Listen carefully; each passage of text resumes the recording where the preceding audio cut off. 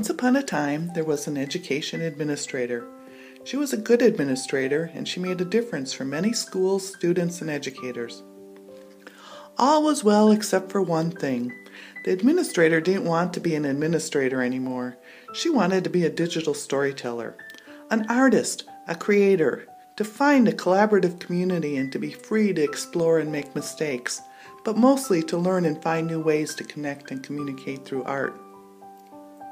"I'm drudging my way through life," she whined one morning. "Every day from 8 to 5, it's policies, supervising, and budgets. And it's so routine and dull. I want to do something creative. I want to make art, damn it." "But I always thought administration was creative," said her husband. "You deal with problem solving and creating new solutions for students and teachers to improve teaching and learning." "You call that creative?" the administrator shook her head sadly. "I'll tell you creative. Being a learner alongside those I am to be teaching. That's creative.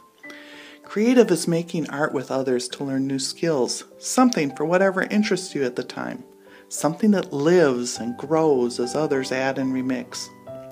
Building new art from the art and learning of others, something you make for improving skills and self. Sharing! Learning as it should be for all learners, no matter what their content, passion, age, or skill level." But just then, the clock struck 8. Time for work. The administrator shuffled off to the next committee meeting and with a sigh began dabbling and swirling and connecting ideas for others to begin to see possibilities of doing things differently, one small step at a time. The processes of changing systems in the traditional path was growing tiresome for her. It was necessary work, but certainly the work that new administrators could take over and continue. She said to herself, "I wish I were a DS106 for life artist.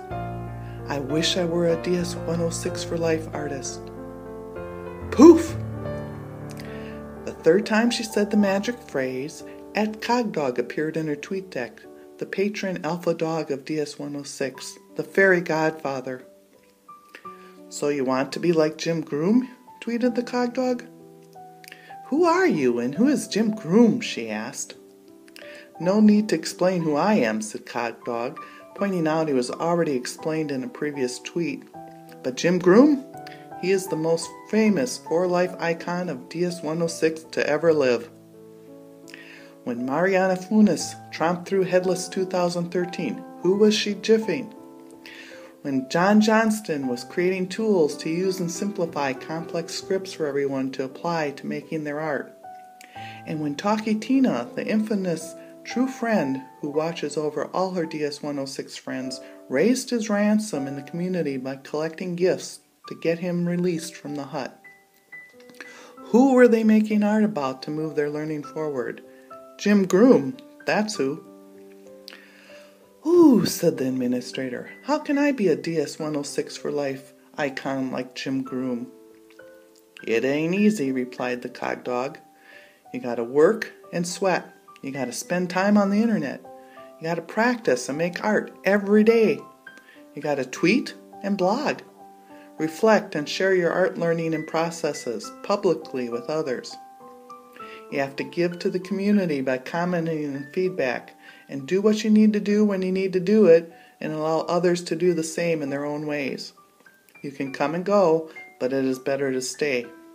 No hard timelines, no mandatory must-do. Play nice, and always list attributions, and share your processes so others too can learn."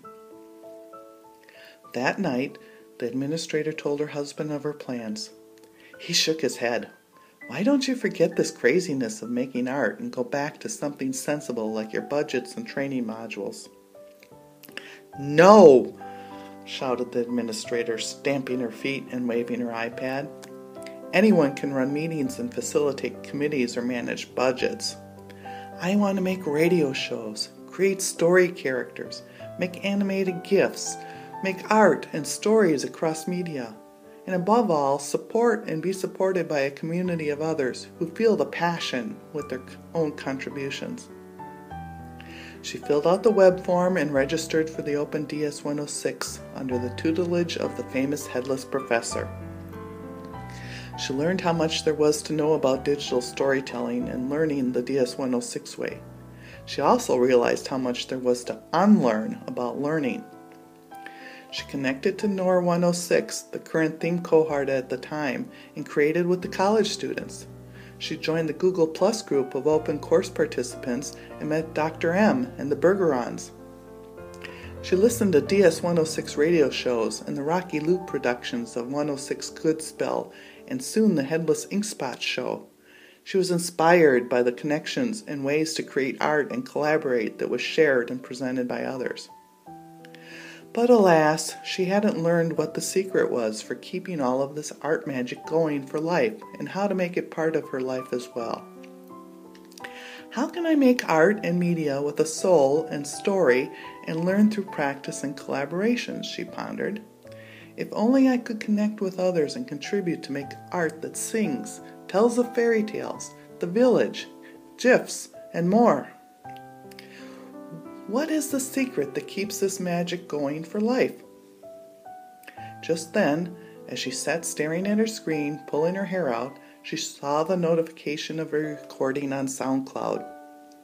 She followed the links and clicked away, and there, on the SoundCloud of a 100-year-old grandma from Bovine, Texas, named Nana Lou, were the musical stories, and Talkie Tina commercials, and introductions, music by Ronald L., and Dr. M readings. Those led to others who had fairy tales, sound stories, bumpers, and commercials.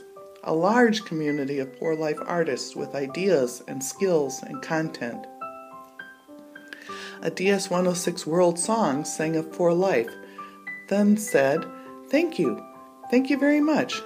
You've been great collaborators. And it's for you, the collaborators, that we create and sing while expanding and stretching our skills. There were some very awesome creations and some that were, well, just creations or works in progress, but each was a gem for its own creator. Now this is truly art with a soul, thought the administrator. I must find this group and learn how they create and what the secret of For Life is. She clicked and started downloading the files and searching Twitter. Anxiously, she posted tweets to see who these artists were and where and when they were creating. She wondered, were they professionals? Were they students? What did they create to be included? What are you doing? The community tweeted. I just wanted to know where you create your art and how you improve your skills so quickly. How does one find the secret? Is this a cult? Do I need to be brainwashed into it? We create art through DS106 and the DS106 theme groups, open and free. DS106 is a community of creators and learners of all levels of skill. Everyone is successful by setting their own goals, moving forward at their own pace. The only failures are those that are not creating and sharing at all. We are a club, not a cult. That was the administrator's new community she was exploring. She had been working and posting all around DS106, but it never dawned on her that others need only be asked and they would collaborate and support. Instead of creating and waiting for responses, she could be open and free, making art, and without judgment ask others to collaborate and provide feedback. So the administrator returned to DS106 and found that everyone was posting exquisite gift badges, arts, audio, and stories of femme fatales, fairy tales, Rover, the village, and more. How did you get those exquisite gift badges? She tweeted to DS106. They are from sharing and creating in DS106, the Bergeron 106 family, Prisoner 106. You go to http://ds106.us, click. Wait, you don't have to tell me, explained the administrator. That's my virtual hood. I just haven't really looked at what was going on right in front of me. And sure enough, when the administrator logged in, she found her inbox filled with their posts, messages and exquisite gifts and amazing blog posts, and art in all different forms. And who did she find on the TweetDeck? A community of artists and friends, creating, sharing, and supporting for life. A club, not a cult. Why didn't you tell me you made exquisite gifts, art, and collaboration projects? She asked. We did. through all the different social media and our blogs. And so, from that day on, the administrator went back to Twitter and the DS106 US feeds every day. She asked questions and added resources she had found. She followed links to creations that opened up the world of art and creativity and sharing she was so desperately seeking. Eventually, through hard work and sticking with it, her creations started being viewed by others, and she became a notable DS106 for Life artist indeed. Her art was being retweeted and linked in the famous DS106 blogs. But she never did become a DS106 icon, and was very content and proud in being one of the many DS106 for Life members who created art and collaborated with others. It turned out that a DS106 for Life artist is not made, but develops and grows by engaging and creating every day, or as often as they are able. It is becoming a contributing artist and supporter that will turn into being a member of a club, not a cult. It is personal and not personalities.